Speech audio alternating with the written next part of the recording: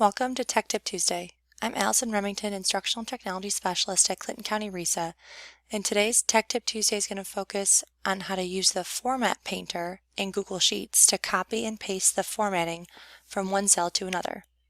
Start by going to Google Sheets and set up a cell like this with your desired formatting. So the color of the font, the background color, the font style, the size, all that stuff.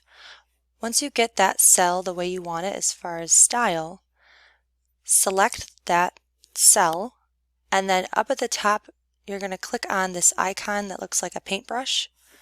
This is the Format Painter, so you select that and then move to the cell that you want to adapt this formatting to. So I just simply click this cell and you'll notice that it has now adopted all of the font color size that that cell had.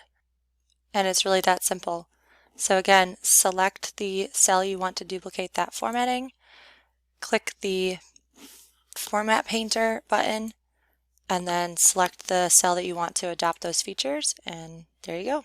So that's it for today's Tech Tip Tuesday. If you have an idea, question, or suggestion for a Tech Tip Tuesday topic, email me and your idea may be featured in a future training or Tech Tip Tuesday blast.